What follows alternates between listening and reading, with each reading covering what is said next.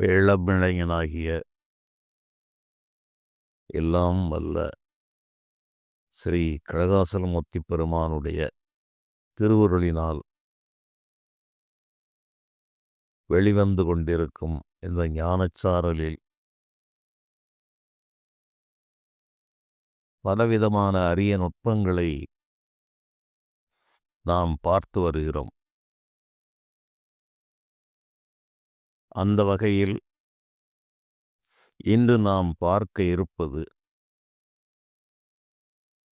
ஆலய விக்கிரகங்களுக்கு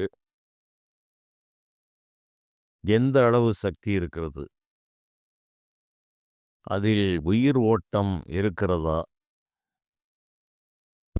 எப்படி அருள் நமக்கு ஆலயத்தின் வழியாக கிடைக்கிறது, அதில் இருக்கிற தொழில்நுட்பங்கள் என்ன, இது தொடர்பாக நம்முடைய நாட்டில் நடந்த பல உண்மை சம்பவங்கள் இவற்றை பற்றி நான் கூற இருக்கிறேன். இதை கவனித்து நீங்கள் கேட்டால் பலவிதமான சந்தேகங்கள் உங்களுக்கு நிவர்த்தியாகும். நெடுங்காலங்களுக்கு முன்பாக சித்தர்களில் பலர் இந்த உருவ வழிபாட்டை கண்டனம் செய்திருக்கிறார்கள். அது கண்டனம் என்றால் அந்த உருவ வழிபாடு செய்யக்கூடாது என்ற பொருளில் பின்னாளில் அதை புரிந்து கொண்டார்கள். உண்மை என்ன என்றால், அந்த உருவ வழிபாட்டிலேயே நீங்கள் நின்று விட வேண்டாம். அதில் கிடைக்கிற பயன்கள் குறைவு. எங்கும் பறந்திருக்கிற இறைவனை உங்களோடையே ஒரு கணமும் பிரியாமல் பிறவிதோறும் இறப்புக்குப் பிறகும் வாழ்நாள் முழுவதும் ஆதி முதல் அந்தம் என்று சொல்கிற முக்தி வரையிலும் நம்மை விட்டு ஒரு கணமும் பிரியாமல் இருக்கிற அந்த இறைவனை நம்மோடையே இருக்கிற போது அவரிடமிருந்து நேரடியாக நீங்கள் அளவில்லாத சக்தியை பெற்றுக்கொள்ள வேண்டும் என்ற ஒரு மிகப்பெரிய ஒரு மனநிலையில்தான் அந்த சித்தர் பெருமக்களெல்லாம் இந்த உருவ வழிபாட்டை சற்று கண்டிக்கிற ஒரு நிலையில் கூறினார்கள். அதை அநேகர் படித்திருப்பார்கள். அதை படித்து பலவிதமான மன தடுமாற்றங்களை பெற்றவர்களும் கூட இருக்கிறார்கள். அதனால் அது பற்றிய ஒரு விழிப்புணர்வு நிச்சயமாக அனைவருக்கும் தேவை. இதை நான் என்னுடைய பழைய உரைகளை கேட்டவர்களுக்கு இதில் ஒரு தெளிவான ஒரு சிந்தனை நிச்சயமாக இருக்கும் என்று நான் நம்புகிறேன். புதிதாக கேட்பவர்களும் இருக்கிறார்கள். முன்பு கேட்டவர்களும் கூட இன்னும் மேலும் தெளிவை பெற வேண்டும் என்று நான் இதை கூறுகிறேன். இறைவன் எங்கும் பறந்திருக்கிறார். அவர் இல்லாத இடம் என்பது ஒன்று இல்லவே இல்லை என்றுதான் அனைவரும் கூறுகிறார்கள். வேதம் முதல் அனைத்தும் என்ன கூறுகிறது என்றால், பிரம்மஞானம் என்று சொல்கிற வேதாந்த நூல்களும் கூட எந்த அளவு இந்த பிரபஞ்சம் விரிந்திருக்கிறதோ, அது எத்தனை மைல்கள், அது நம்முடைய கணிதத்திற்கே அப்பாற்பட்ட அளவு தொலைவுகளெல்லாம் இருந்தாலும், நீ என்ன கணக்கீடு செய்கிறாயோ அதைவிட சற்று அதிகமாக இருக்கிறது என்று முடித்து விட்டார்கள்.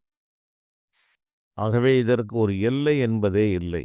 எல்லை இலாதானே நின்பெரும் சீர் பொல்லா வினையேன் புகழுமாறு ஒன்றறியேன் என்று மணிவாசகப் பெருமான் அதை சுருக்கமாக கூறிவிட்டார். இறைவனுக்கு ஒரு எல்லை என்பதே இல்லை. அவ்வாறு சொல்லும்போது என்ன அதில் நமக்கு விளங்குகிறது என்றால், இறைவன் எங்கும் பறந்து வியாபித்திருக்கிறார். ஆகவே அவருடைய இருப்பு இல்லாத நிலை, அது ஒரு வேக்கண்ட் பிளேஸ் என்பது எங்குமே இல்லை. இந்த இறை ஆற்றல் போவதும் இல்லை, வருவதும் இல்லை. வெளிப்படலாம், மறையலாம். இந்த வேறுபாட்டை நன்றாக புரிந்து கொள்ள வேண்டும். அது போகிறது, வருகிறது இறையாற்றல் என்பது அது சாதாரணமாக புரிய வேண்டும் என்று சொன்ன ஒரு ஆரம்ப பாடம். அது எங்கும் போக முடியாது. எங்கும் நிறைந்திருக்கிற ஒரு பொருள் போய்விட முடியாது, மறைந்து கொள்ளலாம். தன்னை மறைக்க முடியும். அது இறைவனுடைய ஒரு தனித்தன்மை. நம்மோடையே இருந்தாலும் தன்னை மறைத்துக் கொள்ளுவது இறைவனுக்கு ஒரு விளையாட்டு என்று அதை ஞானிகள் கூறுகின்றார்கள். உள்ளமும் தானும் உடனே இருக்கினும் உள்ளம் அவனை ஒரு அறியாதே. இந்த உள்ளம்தான் அறிய வேண்டும். அந்த உள்ளம் இறைவனை அறிய விடாத அளவு ஒரு பெரிய ஒரு மாயத் திரையை இறைவன் வைத்திருக்கிறார். அது இறைவனுக்கு ஒரு விளையாட்டு. ஒன்றாக இருந்து கொண்டே கண்ணாமூச்சி ஆடுவது, அது இறைவனுக்கு ஒரு விளையாட்டாக இருக்கிறது. அழகிலா விளையாட்டுடையார் என்று இறைவனுக்கு ஒரு பெயர். அதனால் இறைவன் மறைத்துக் கொள்ளுதல், தோன்றுதல் என்ற 2 செயல்களையும் நிர்வாக வசதிக்காகவும், இந்த மானிட வர்க்கத்தோடு விளையாடிக் கொள்வதற்காகவும் செய்து கொண்ட ஏற்பாடு. அப்போது இந்த வழிபாடுகள் உருவ வழிபாட்டில் இருந்துதான் தொடங்குகிறது. இந்த உருவ வழிபாடிலே என்ன இருக்கிறது என்றால், இது ஒரு மிகப்பெரிய ஒரு அறிவியல் தான். இந்த இறைவனுடைய ஆற்றல் என்பதே அணுவுக்கெல்லாம் அணுவுக்கு அணுவாய் அப்பாலுக்கும் அப்பாலாய் என்று அவ்வை பிராட்டியார் கூறுகிறார். மனிதன் தொழில்நுட்பங்களை கண்டுபிடிக்கிற காலங்களுக்கு முன்பாகவே அணு என்று ஒன்றையும் கூறி, அந்த அணுவுக்கும் ஒரு அணு இருக்கும் என்றால் அந்த அணுவுக்கும் அணுவாக இருக்கிறார். அதற்கு மேலாக மனிதர்களோ மற்றவர்களோ கண்டுபிடித்தால் அதற்கு அப்பாலுக்கு அப்பாலாகவும் இருக்கிறார்.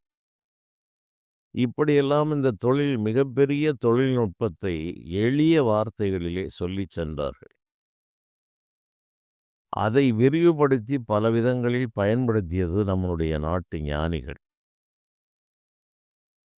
பின்னால் கால மாற்றங்கள் எல்லாம் வந்தபோது மக்களுடைய சிந்தனையில் பலவிதமான மாற்றங்கள் வந்தது.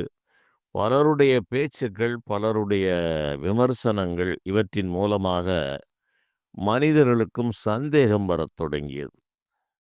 இது எப்படி சாத்தியம்? இது நடக்குமா? என்றெல்லாம் பலவிதமான குழப்பங்கள் எல்லாம் ஏற்பட்டு விட்டது. இதன் காரணமாக மனிதனுடைய பார்வை மாற்றமடைந்து, எப்படி ஐயா கல்லிலே கடவுள் இருப்பார் என்று சிந்திக்கிற ஒரு நிலை வந்தது. ஆனால் இதைத்தான் சித்தர்களும் சொல்லியிருக்கிறார்கள் என்பது நம்மில் பலருக்கும் தெரிவதில்லை. ஆனால் அவர்களுடைய நோக்கம் இறைவனை இல்லை என்று மறுப்பதற்காக அவர்கள் கூறவில்லை. இறைவன் இதைவிட சிறப்பாக இருக்கிறார். ஆகவே நீ இந்த குறைந்த அருள் நிரம்பிய இந்த இடத்திலேயே நின்று உன்னுடைய வாழ்க்கையை வீணாக்க வேண்டாம்.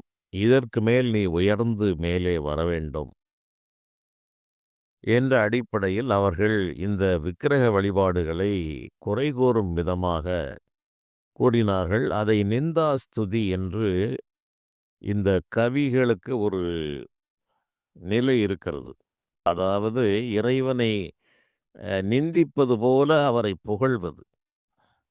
அவர்கள் இறைவனை இதைவிட உயர்த்தி பார்க்க வேண்டும் என்ற ஒரு ஆசையில்தான் இது போன்ற வார்த்தைகளை எல்லாம் பாடல்களாக அவர் கூறினார்கள்.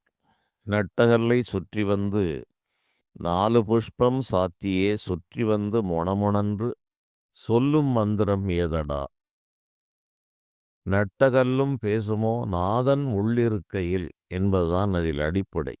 நாதன் இருப்பதை அவர்கள் மறைக்கவில்லை, மறுக்கவில்லை. நாதன் உள்ளே இருக்கிறார் அப்பா, நீ வெளியே போய் கஷ்டப்பட வேண்டாம் என்ற ஒரு இரக்கத்தால் கூறிய வார்த்தை.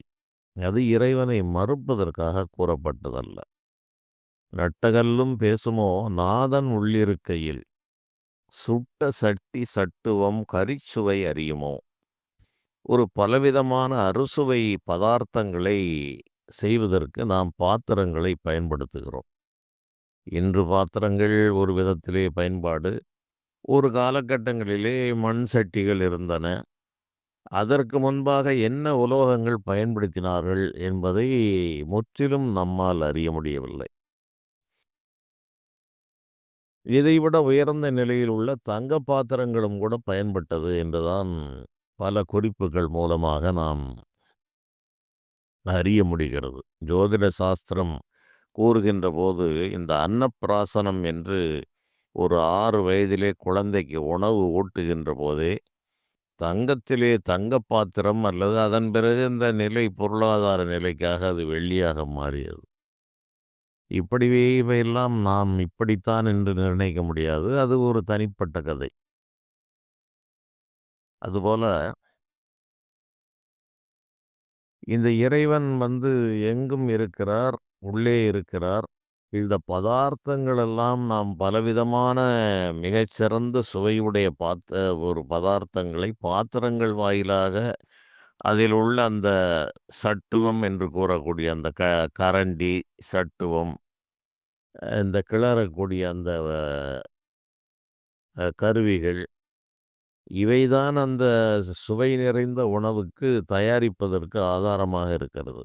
ஆனால் அவற்றால் சுவை நரம்புகள் இல்லாத காரணத்தால் அது ஒரு ஜடப்பொருள் என்ற நிலையில் அது அந்த சுவையை அதற்கு உணரும் தன்மை இல்லை. சுவை மிகுந்த உணவை தயாரிப்பதற்கு அது பயன்பட்ட போதிலும், அது சுவையை அறிய முடியாது என்பதுதான் இதனுடைய உண்மை பொருள். அதைப்போல நீங்கள் உங்களிடையே இறைவன் இருக்கிறார் என்ற உண்மையை தெரியாமல், நீங்கள் புறத்தே மட்டுமே இறைவன் இருக்கிறார் என்று கிடைக்கின்ற ஒரு சாதாரண பயன்களை வைத்து இறைவனை குறைத்து எடை போட்டு விடாதீர்கள் என்பதற்காக கூறப்பட்டது. நான் விக்கிரகங்களுக்கு உயிர் உண்டு என்பதை சொல்வதுதான் இன்றைய பதிவினுடைய நோக்கம். அது பல ஆலயங்களில் அன்று ஒரு காலகட்டங்களில் பரவலாக இருந்தது. இன்றும் இருக்கிறது. அது மறைந்து அதனுடைய வரலாறுகள் எல்லாம் ப பலகீனமாகி கிடக்கிறது. இதில் பலவிதமான குழப்பங்களும், ஒரு அவநம்பிக்கைகளும் உருவாகிறது அல்லது அதீத நம்பிக்கை உருவாகிறது. இந்த இரண்டிற்கும் நடுநிலையில் இதை சமப்படுத்த வேண்டும். ஆகவே அதற்கான சில உண்மை சம்பவங்களை நான் சொல்ல வேண்டும். இது இன்று நேற்று வந்ததல்ல என்பதற்காக நம்முடைய சித்தர்களெல்லாம் என்ன கூறினார்கள் என்பவற்றை கூற வேண்டும் என்று நான் இதை ஒரு அடிப்படையிலிருந்து நான் ஏற்கனவே உரைகளை கேட்டு தெளிவு பெற்ற ஒரு நிலை பெற்றவர்களுக்காக நான் இதை கூறுகிறேன். புதிதாக கேட்பவர்களும் கூட சற்று கடினமாக இருந்தாலும் கொஞ்சம் சிந்தனை செய்து பார்த்தீர்களானால், இன்றைய தலைமுறை மிக நுட்பமான அறிவுடையதாக திகழ்கிறதாக என்னால் யூகிக்க முடிகிறது. ஆகவே அவர்களும் நன்றாக புரிந்து கொள்வார்கள் என்று நான் நம்புகிறேன். இதற்காகத்தான் இந்த பாடல் சொல்லப்பட்டது. அதுபோக பல கேள்விகளை சித்தர்கள் கேட்டிருக்கிறார்கள். அது கேட்டது இறைவனை மறுப்பதற்காக அல்ல. ஓசை உள்ள கல்லையே உடைத்து இரண்டாக்கியே வாசலில் பதித்த கல்லை மயங்கவே மிதிக்கிறீர். பூசனைக்கு வைத்த கல்லில் பூவும் நீரும் சாத்துறீர். ஈசனுக்கு உகந்த கல்லு எந்த கல்லு சொல்லுமே என்று சித்தர்கள் கேட்கிறார்கள். ஒரே பாறையில் 2 கல்லை பிரித்து எடுக்கிறீர்கள். ஒரு கல்லிலே விக்கிரகத்தை வடிக்கிறார்கள். ஒரு கல்லிலே அதே ஆலயத்துக்கு படிக்கட்டாக போடுகிறார்கள். அந்த கல்லுக்கு பூவும் நீரும் சாத்தி மதிப்பு மரியாதைகள் கிடைக்கிறது. இதை மிதிக்கிறார்கள். ஓசை உள்ள கல்லையே உடைத்து இரண்டாக்கியே வாசலில் பதித்த கல்லை மயங்கவே மிதிக்கிறீர். இதிலும் இறைவன் இருப்பான் என்ற ஒரு நிலை உங்களுக்கு உணராமல் இதை மிதித்து கொண்டு செல்கிறீர்கள். இதற்கு நீங்கள் முக்கியத்துவத்தை தருவதில்லை. அதே கல்லின் ஒரு பகுதி தான் உள்ளே இருக்கிறது. அதற்கு பூவும் நீரும் சாத்தி அங்குதான் இறைவன் இருக்கிறார் என்று மயங்குகிறீர்கள் என்று ஆழமாக இந்த செய்தியை நமக்கு கூற வேண்டும் என்று கூறியிருக்கிறார்கள். இதை மேம்போக்காக படித்தால் இவர்கள் இறைவனை மறுக்கிறார்கள் என்று தோன்றக்கூடும். ஆனால் உண்மை அது அல்ல. இந்த வாசல் படியிலேயும் இறைவன் இருக்கத்தான் செய்கிறார். நம்முடைய ஞானிகளும் சாஸ்திரங்களும் புராண இதிகாச கதைகளும் மிக மிக தெளிவாகத்தான் சொல்லி சென்றிருக்கிறது. அதிலே எந்த விதமான குழப்பங்களும் இருப்பதாக எனக்கு தெரியவில்லை. அது தெளிவாகத்தான் அனைத்து விஷயங்களும் சொல்லப்பட்டிருக்கிறது அதிலே. மனிதர்கள் எந்த அளவு அதை உள்வாங்கிக் கொள்கிறார்கள்,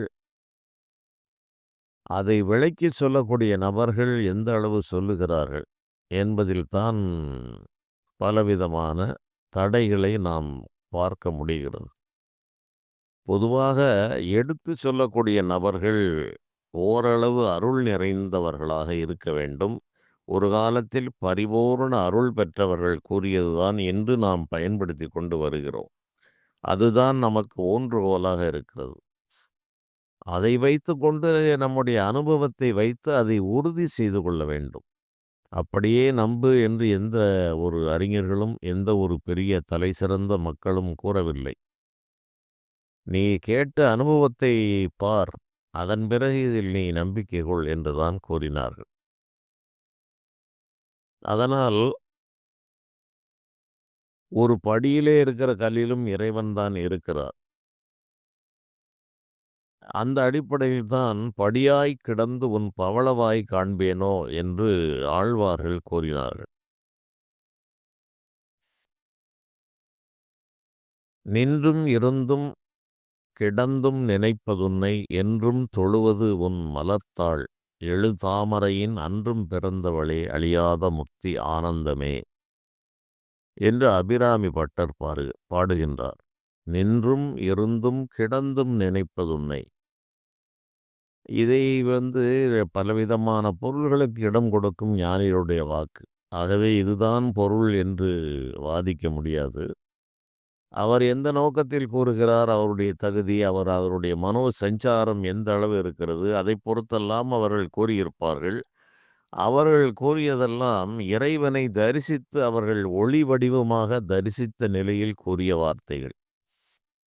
அதை நான் உங்களுக்கு சற்று விளக்கவே விரும்புகிறேன். அதாவது விக்கிரகங்களிலும் இறைவன் நிச்சயமாக இருக்கிறார், அதில் ஐயப்பாடு இல்லை. ஆனால் ஞானிகள் கூறிய அந்த அனைத்து பாடல்களும் இறைவனை நேரடியாக ஒளி வடிவமாக தரிசனம் செய்துதான் அவர்கள் கூறியிருக்கிறார்கள் என்பது ஞானம் பெற்றவர்கள் அனைவருடைய அனுபவம். அதை கடந்து வந்து பார்க்கும்போது அதுவே நிச்சயமான உண்மை என்பதை நான் கூற விரும்புகிறேன். இறைவனுடைய வடிவங்கள், அவருடைய அழகு, அவருடைய அந்த கருணை வெளிகள் என்றெல்லாம் கூறுவது ஏதோ சிற்பிகளால் செய்யப்பட்ட அந்த சிலையை வைத்து அவர்கள் கூறினார்கள் என்று நாம் தவறாக எண்ணிவிடக்கூடாது. அந்த சிற்பமும் அழகு நிறைந்தது. ஆனால் இறைவனுடைய உண்மையான அழகை வர்ணிப்பதற்கு வார்த்தைகளே இல்லை. அது மனித கண்களால் நேரடியாக ஊனக்கண்ணால் காண முடியாது என்பதையும் நான் கூற விளைகிறேன். இறைவனை காண முடியுமா, கண்டிருக்கிறீர்களா என்று கேட்டவர்களும் இருக்கிறார்கள். பல ஞானிகளிடத்திலே விவேகானந்தர் கூட பரமஹம்ச முனிவரிடம் கேட்ட கேள்வி, இறைவனை நீர் பார்த்ததுண்டா? அவர் யாரை பார்த்தாலும் இந்த கேள்வியைத்தான் கேட்டுக்கொண்டிருக்கிறார். அப்போதுதான் பரமஹம்சர் தான் அதற்கு நன்றாக பார்த்திருக்கிறேன் அப்பா, உன்னை பார்ப்பதை விட நான் தெளிவாகவே இறைவனை பார்த்திருக்கிறேன் என்று கூறி அவர் அதனுடைய நுட்பங்களை விடுவித்து அவரை ஒரு மிகச்சிறந்த ஒரு ஞான நிலைக்கு உயர்த்தினார். அந்த அம்பாளை அவரும் நேரடியாக தரிசனம் செய்திருக்கிறார். அவருடைய வாழ்க்கை குறிப்பிலே பார்க்கின்ற போது கூட அந்த சிலை என்று பலர் கூறுகிறார்களே, தேவி நீ எங்கும் நிறைந்திருக்கிறாய், இந்த சிலையிலும் நீதான் இருக்க வேண்டும். ஆகவே உன்னுடைய அந்த மூச்சு காற்று, நீ உன்னுடைய பிராண பிரதிஷ்டை என்று இந்த கும்பாபிஷேகங்களிலே செய்வார்கள். அந்த பிராணனை விக்கிரகத்திலே பிரதிஷ்டை செய்தல் என்று அதற்கு பல சடங்குகள் உண்டு. அதிலே இது ஒன்று. அவ்வாறு செய்தால் அந்த விக்கிரகம் மூச்சு காற்றுகளை வெளிவிட்டு அங்கு ஒரு உயிர் துடிப்போடு இருக்கும் என்பது நம்பிக்கை. அது இன்றும் இருக்கிறது. அதை இந்த ராமகிருஷ்ண பரமஹம்சர் அதை சோதிப்பதற்காக காளிதேவியிடம் வேண்டியபோது, அந்த விக்கிரகத்தில் இருந்து மூச்சு காற்று புறப்பட்டது என்று அவருடைய பழைய சரித்திரங்களிலே காணப்படுகிறது. அந்த மலர் மாலை ஆடியது என்றும், நாசியில் கை வைத்து பார்த்தால் அந்த விக்கிரகத்திலே அந்த மூச்சு ஓட்டத்தை அவர் கண்டார் என்றும் கூறப்பட்டிருக்கிறது. இது விக்கிரகத்தை பார்ப்பதற்கு இந்த சாதாரண கண்கள் போதுமானதாக இருக்கிறது. இறைவனுடைய உண்மை தோற்றத்தை காண்பதற்கு அது இந்த மானிட உடல் கண்களால் அதை தாங்க முடியாது. ஒரு இரத்த பரிசோதனை செய்கிறார் ஒருவர் என்றால், வெறும் இரத்தத்தை பார்த்தவுடன் அவர் இதிலே எவ்வளவு குளுக்கோஸ் இருக்கிறது, எவ்வளவு சால்ட் இருக்கிறது, எவ்வளவு கொழுப்பு இருக்கிறது என்று கூறிவிட முடியாது. அவர் அதற்கென்று இருக்கிற கருவி மூலமாக பார்த்துத்தான், அந்த நுட்பமான நுண்ணிய கருவிகளை வைத்து பார்த்துத்தான் அவரால் அதை கூற முடியும். அதைப்போல நுட்பமான இறைவனை ஒளி மிகுந்த அந்த ஆற்றல் மிகுந்த பிரணவ தேகத்திலே ஒளி உடலிலே வருகிற அந்த இறைவனை, சகுண பிரம்மம் என்று சொல்கிற அந்த இறைவனை காண்பதற்கு நமக்கு அதிக சக்தி வாய்ந்த கண்கள் தேவைப்படுகிறது. அது நம்முடைய ஒளி உடலிலே இருக்கிறது. அந்த நிலையில்தான் இறைவனை உள்ளபடி நாம் பார்க்க முடியும். அது அன்றியில் பார்க்க வேண்டும் என்று சொன்னால், மனதிற்கு என்று ஒரு கண் உண்டு. அது மனக்கண் என்பது அனைவரும் தெரிந்தது. ஆனால் அவற்றைப் பற்றி நாம் அக்கறை கொள்வதில்லை. இந்த மனக்கண்ணை நாம் கூர்மைப்படுத்த மனக்கண்ணால் காண முடியும். மனக்கண்ணுக்கு சக்தி அதிகம். அந்த மனக்கண் என்பதே அந்த ஒளி உடலை பற்றி இருக்கிற காரணத்தால், அந்த ஒளி உடல் இந்த ஒளியை தாங்குவதற்கு இந்த ஒளி மிகுந்த கண்கள் தேவை. அதிலும் அந்த விஞ்ஞான விதிப்படி 2 சம அளவு ஒளி வந்தால் ஒன்றை ஒன்று பார்வையை இழக்கச் செய்து பொருள் துலங்காமல் போய்விடும். அதனால் ஒன்று அதிகமாக இருந்து ஒன்று குறைவாக இருக்கும். இப்படியெல்லாம் பல நுணுக்கங்கள் இருக்கிறது. இதுவே காலங்கள் போய்விடுகிறது. நான் தலைப்புக்குள்ளே நின்று விஷயத்தை சொல்லிவிட வேண்டும் என்று நினைத்துத்தான் ஒவ்வொரு முறையும் என்னுடைய உரையை துவக்கினாலும், இந்த சமுதாயத்தில் பலகாலமும் இருக்கிற தவறான நம்பிக்கைகளை களைய வேண்டும் என்பது என்னுடைய நோக்கமாக இருக்கிற ஒரு காரணத்தால், இயன்ற வரையில் மிக சுருக்கமாக அந்த உங்களுடைய யூகத்திற்கு விட்டுவிட்டு அந்த மைய கருத்துக்களை மட்டும் நான் விளக்கி சொல்லிவிட்டுத்தான் இந்த உண்மை சம்பவங்களுக்கு நான் வரவேண்டியிருக்கிறது. ஆகவே இதனுடைய தன்மையை சற்று புரிந்து கொண்டு நீங்கள் கேட்க வேண்டும் என்பது என்னுடைய விருப்பம். இப்போது சிலையிலே அந்த நுட்பமாக பார்க்கிறதை நான் வேறு ஒரு பதிவிலே கூறுகிறேன். இந்த சிலையிலே இறை ஆற்றல் இருக்குமா? அந்த ஒளி இருக்குமா? உயிர் ஓட்டம் இருக்குமா? என்பதெல்லாம் கேள்வியாக இருக்கிறது. நிச்சயமாக இருக்கும். அதை கூர்ந்து கவனிக்க வேண்டும். அந்த அடிப்படையில் தான் இந்த கோயிலிலே கும்பாபிஷேகங்கள் முதல் இந்த செப்பு கலசங்கள் வைத்தது. இவையெல்லாம் இந்த இறை ஆற்றலை இழுத்து தன்னகத்தே வைத்துக்கொண்டு பிறருக்கு விநியோகிப்பதற்காக ஏற்படுத்தப்பட்ட ஒரு மிக மிக உயர்ந்த தெய்வீக தொழில்நுட்பம். அதாவது விஞ்ஞானம் என்று கூறுவது மனிதர்கள் அனைவராலும் உணரப்படக்கூடிய ஒரு விஷயம். இது மெய்ஞானம். இரண்டுமே அறிவுதான். இதுவும் அறிவுதான், அதுவும் அறிவுதான். அது மெய்ஞானம் என்று கூறுகின்ற போது என்றும் மாறா தன்மையுடைய ஒரு அறிவியல். விஞ்ஞானம் என்று நாம் இன்று கூறுகின்ற இந்த அறிவியல் மாற்றங்களுக்கு உட்பட்டதாக இருக்கிறது. அந்த மெய்ஞானம் என்பது அடிப்படை ஒருபோதும் மாறாது. இறைவனுடைய சங்கல்பத்தால் அது பலவிதமான நிலைகளை அதுவும் பெறும் என்பதையும் நாம் தெரிந்து கொள்ள வேண்டும். அதுவும் அதை நிர்ணயித்து இப்படித்தான் என்று கூறிவிட முடியாது. அதனுடைய அடிக்கரு மாறாமல் இருக்குமே தவிர, அதனுடைய செயல்களும் பயன்பாடுகளும் இறைவனுடைய விருப்பத்திற்கு ஏற்ப மாறிக்கொண்டிருக்கும் என்பதையும் நாம் மறந்துவிட முடியாது. இந்த நிலையில் விக்கிரகங்களுக்கு உயிர் நிச்சயமாக இருக்கிறது. காரணம் என்னவென்றால், எங்கும் பறந்திருக்கிற ஒரு பொருள், மனப்பக்குவம் உடைய ஒரு நபர் எங்கு போய் வேண்டினாலும் அந்த இறையாற்றல் அவருக்கு வந்து விடுகிறது. ஒரு காலத்தில் தீயை பற்ற வைக்க வேண்டுமென்றால் அதற்கு சிக்கி முக்கி கல் என்று அதை கூறுவார்கள். அந்த கற்களை போட்டு அரணிக்கட்டையிலே நெருப்பை உருவாக்குதல் என்ற ஒரு முறையும் இருந்தது. 2 கற்களை உராய்ந்து இந்த தீயை கொண்டு வருவது என்றெல்லாம் இருந்தது. இப்போது தீப்பெட்டி என்று இருக்கிறது. சட்டை பையிலே தீ அடக்கப்பட்டிருக்கிறது. எங்கு வேண்டுமானாலும் அந்த தீயை எடுத்துக் கொள்ளலாம். அதைப்போல அந்த இறையாற்றலை கல்லிலும், முள்ளிலும், மரத்திலும் எடுக்க முடியும் என்றுதான் பிரகலாதனுடைய கதை மூலமாக இறைவன் நமக்கு உணர்த்தினார். தூணிலும் இருப்பார், துரும்பிலும் இருக்கிறார். பார்க்கின்ற அனைத்து பொருள்களிலும் அந்த நாராயண ஹரி இருக்கிறார் என்ற அடிப்படை தத்துவம்தான் அந்த நரசிங்க பெருமானுடைய வரலாற்றில் நாம் தெரிந்து கொள்வது. ஆனால் இவற்றையெல்லாம் பலர் கதையாக கேட்டு கேட்டு அப்படியே மறந்து விடுவது என்பது அதுவும் இறைவன் வைத்த ஒரு மயக்கம், மாயை. இந்த கண் நிலைத்து நிற்காது. பாசி பிடித்த குளத்திலே கல்லை எறிந்தால் அந்த பாசி சற்று கலையும், மீண்டும் வந்து மூடிக்கொள்ளும். அதுபோல அது இறைவனே வைத்த ஒரு ஏற்பாடு. அது மீண்டும் மீண்டும் மீண்டும் அதை முயன்று கொண்டே இருந்தால்தான் இந்த தெளிவு பிறக்கும். நான் ஒரு செய்தியாக இதை நீங்கள் தெரிந்து கொள்ள வேண்டும் என்பதற்காக நான் கூறுகிறேன். இதிலே அதிகமாக அனுபவம் பெற்றவர்கள் பலர் இருக்கக்கூடும்.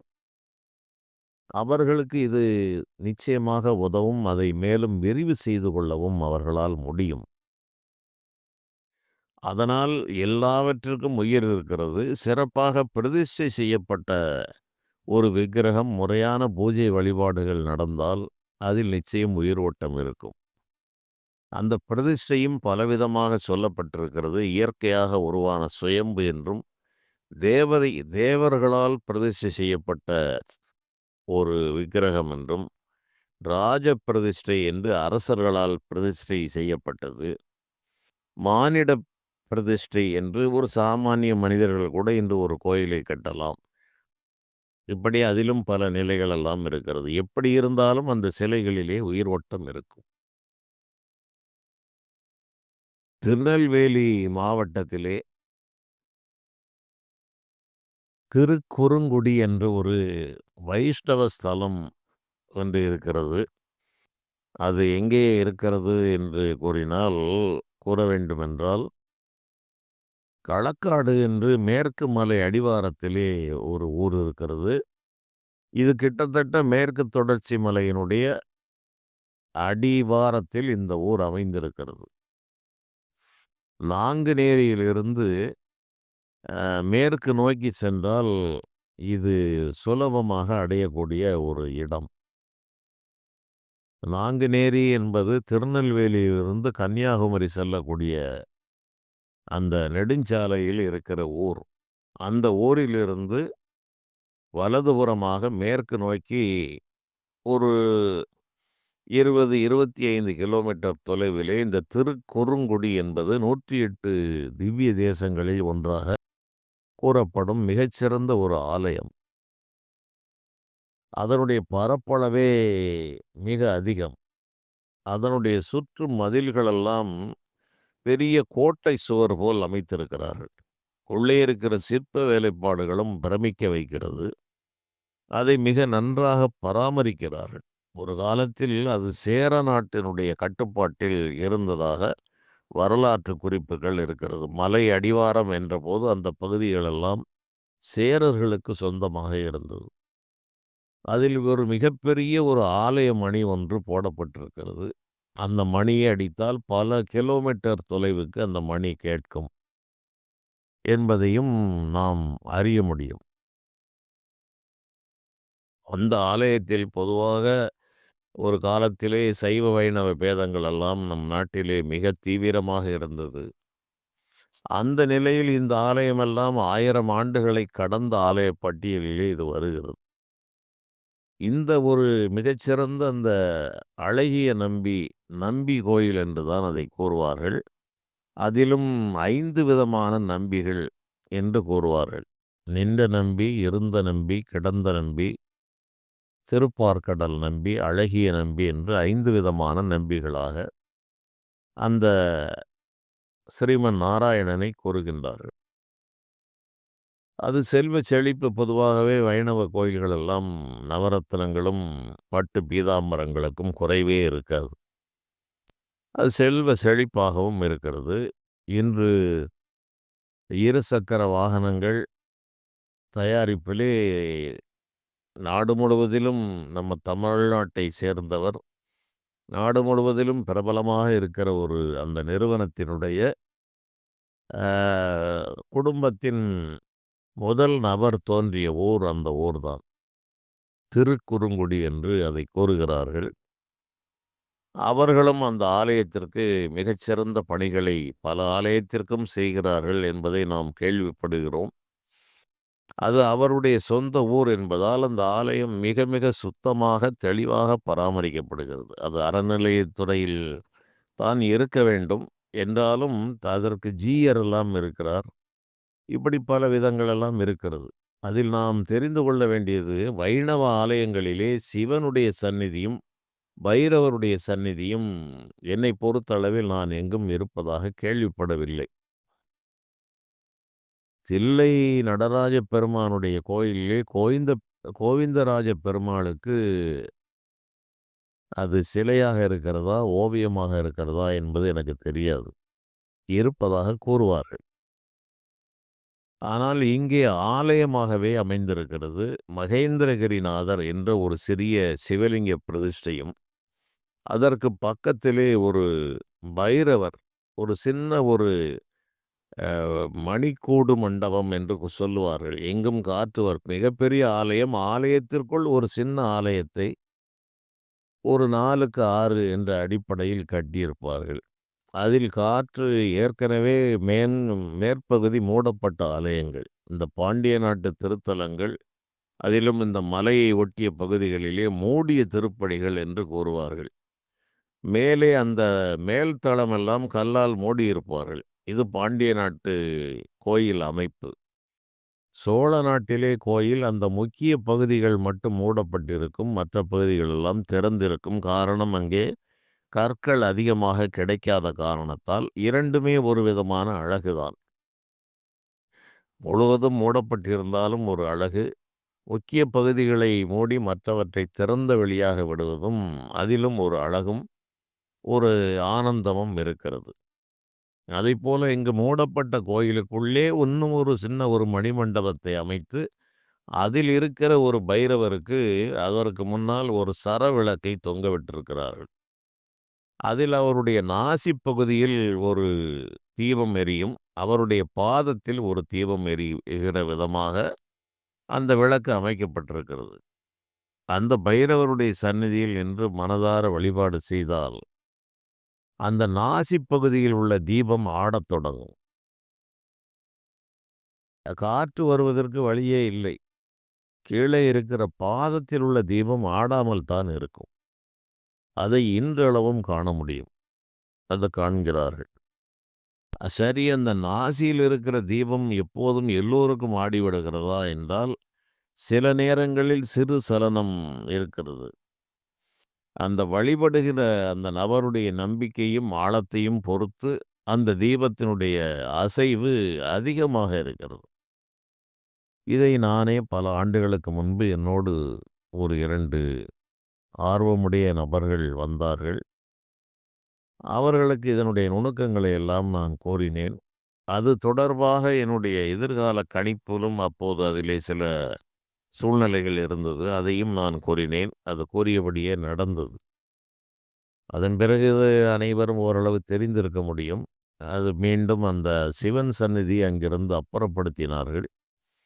பின்னால் அது பலவிதமான சர்ச்சைக்கு உள்ளாகி நீதிமன்றம் வரை சென்று மீண்டும் அந்த அப்போதும் கூட பைரவர் சந்நிதி அகற்றப்படவில்லை. மீண்டும் அதே சிவன் கோயிலை உள்ளே வைக்க வேண்டும், நிர்மாணிக்க வேண்டும் என்று உச்ச நீதிமன்றம் அதற்கு தீர்ப்பு வழங்கியதாக பத்திரிகை செய்திகள் வாயிலாக நான் அறிந்தேன். அவ்வளவு உச்சமாக வைணவ சைவ பேதங்கள் இருந்தபோது சிவனை உள்ளே பிரதிஷ்டை செய்திருக்கிறார்கள் என்பதுதான் இதில் நாம் முக்கியமாக கவனிக்கக்கூடிய விஷயம். அதுபோக அந்த விக்கிரகங்களுக்கு இந்த பிராண பிரதிஷ்டை என்று மூச்சு ஓட்டம் இருக்குமா என்பதை நிரூபிக்கும் விதமாக அந்த ஆலயத்திலே இன்றும் அதை நாம் காண முடிகிறது.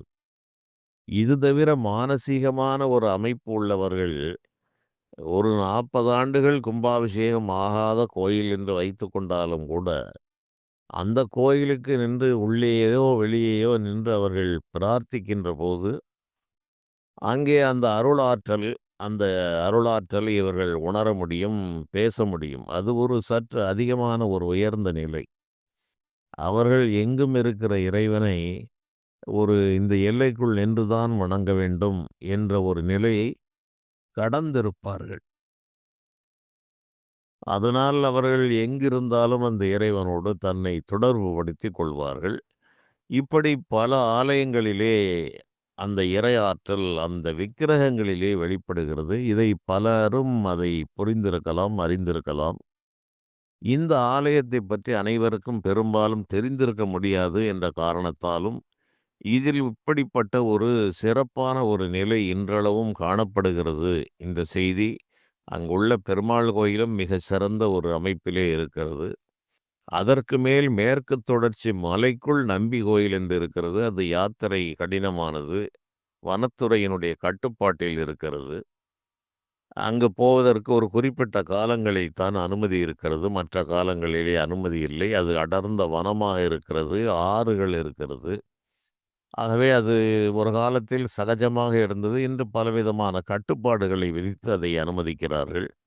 இந்த கோயில் கீழே இருக்கிற காரணத்தால் இந்த கோயில் எப்போதும் தரிசனம் செய்யக்கூடிய விதமாக இது இருக்கிறது. மிக மிக சுத்தமாக பராமரிக்கப்படுகிறது. இந்த 2 சிவனையும், பைரவரையும், அங்குள்ள ஸ்ரீமன் நாராயணனையும் நாம் ஒரு சேர தரிசிக்கக்கூடிய ஒரு ஸ்தலமாக இது விளங்குகிறது. அருள் நிறைந்தவர்கள் எங்கு போனாலும் பலவிதமான ஆச்சரிய அனுபவங்களை அடைகிறார்கள். இறைவன் தன்னுடைய இருப்பை ஏதோ ஒரு வடிவத்திலே அதை உணர்த்தி கொண்டே போகிறார். அதையும் பலர் தங்கள் வாழ்விலே பார்த்திருக்க முடியும். இப்படி பல நுணுக்கங்களை உடையதாக இந்த இறை வழிபாடு இருக்கிறது. நீண்ட காலத்திற்கு முன்பாக ஒரு 35 ஆண்டுகள் இருக்கலாம். ஒரு நபர் எனக்கு தெரிந்தவர் என்னிடம் வந்தார். அவர் அவ்வப்பொழுது வருவார். அவர் ஒரு லேத்து பட்டறை நடத்தி கொண்டிருந்த ஒரு நபர். வந்து ஒரு நாள் மிக கலவரமாக என்னிடம் வந்து உட்கார்ந்து தன்னுடைய ஜாதகத்தை கேட்டார். கேட்டு நான் பொதுவான பலன்களை மட்டும் சொன்னேன். வேறு எதுவும் இருக்கிறதா? வேறு எதுவும் இருக்கிறதா? என்றார். இல்லை ஐயா, அப்படி ஒன்றும் இல்லை. உடனே அவர் முகத்தில் கலவரம் மிக படர்ந்திருந்தது. அப்போது கூறினார், ஐயா, நான் கடந்த வாரம் கோயமுத்தூருக்கு சென்றேன். அங்கே ஒரு நபரிடம் ஜாதகத்தை பார்த்தேன். அவர் என்னுடைய கையையும் பார்த்து, இன்னும் 3 மாதத்திற்கு மேல் நீ உயிரோடு இருக்க மாட்டாய் என்று கூறிவிட்டார். அதிலிருந்து எனக்கு ஒரே மனக்கலக்கம். எங்களுடைய குடும்பத்தார்கள் எல்லாம் மனம் கலங்கி இருக்கிறார்கள். அவர் அதை முழுமையாக நம்பி இருக்கிறார். அது அவருடைய முகபாவனையில் தெரிந்தது. அப்படி மிக கலவரமாக இருந்தார். நான் உடனே சிரித்து கொண்டே சொன்னேன், ஐயா, அது அவர்களுடைய நிலை, அதை விட்டு தள்ளுங்கள். 3 மாதத்தில் எல்லாம் உங்களுக்கு உயிர் போகக்கூடிய நிலை இல்லை. ஒரு கண்டம் என்பது ஒன்று இருக்கிறது. ஆனால் அது தீர்ந்து போகும். நீங்கள் பயந்து நடுங்க வேண்டிய அவசியம் இல்லை என்று எனக்கு அப்போது தோன்றியது. இந்த திருக்குறுங்குடி மலை மேல் இருக்கிற நம்பி கோயிலுக்கு செல்ல வேண்டும் என்று என்னுடைய மனதிலே இறைவன் தோற்றுவித்த காரணத்தால், இந்த திருக்குறுங்குடி மலை மேல் நடந்து சென்று, அப்போதெல்லாம் அனுமதி என்பது பெரிதாக தேவையில்லை. எந்த நேரமும் போகலாம். அதிகமாக ஆட்கள் போக மாட்டார்கள். ஆனால் எப்போது வேண்டுமானாலும் போய் அந்த மலை நம்பி கோயிலை வணங்க முடியும். சற்று கடினமான மலையேற்றம் உடையது. அது தோன்றியது, அந்த கோயிலுக்கு போய் கும்பிட்டு வாரும் ஐயா, உமக்கு ஆயுளெல்லாம் ஒன்றும் பிரச்சனை இல்லை என்று நான் கூறினேன். அதைப்போல அவர் உடனடியாக அதை அக்கறையோடு செய்தார். வருடங்கள் ஆயிற்று. இன்றும் உயிரோடு தான் இருக்கிறார். 3 மாதம் அல்ல, 30 வருடங்கள் கடந்து போய்விட்டது. அது என்னை அறியாமல் கூறியது. இப்படி ஏதோ ஒரு ஸ்தலத்தை கூற வேண்டும் என்று தோன்றும். அங்கு போவார்கள், நடக்கும். இது எல்லோருக்கும் நடக்கும் என்று கூறிவிட முடியாது என்பதுதான் நான் கூற விளைவது. மீண்டும் சந்திக்கலாம். நன்றி.